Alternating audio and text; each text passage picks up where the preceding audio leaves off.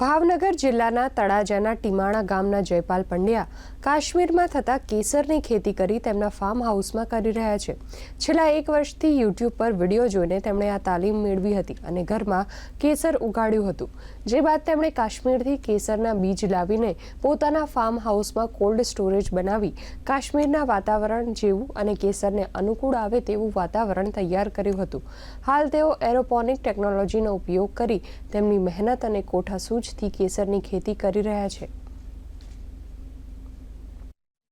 કેસરનો વિચાર તો આપણે સોશિયલ મીડિયા દ્વારા મને જોયું હતું મેં કે આવી રીતના કેસરની મશરૂમની વગેરે વગેરે ખેતી એક બંધ રૂમની અંદર થાય છે કે જેમાં પાણી માટીની કોઈ જરૂર નથી પડતી।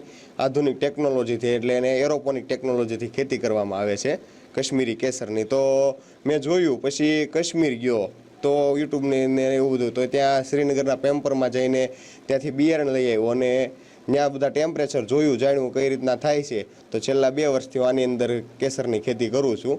મારા દીકરાએ આ કાશ્મીરી કેસરની ખેતી કરી છે અને નાને તો એને કંઈક નવું કરવાની વિચાર આવતો કે ભાઈ કોઈ ન કરે એવું મારે કંઈક કરવું છે।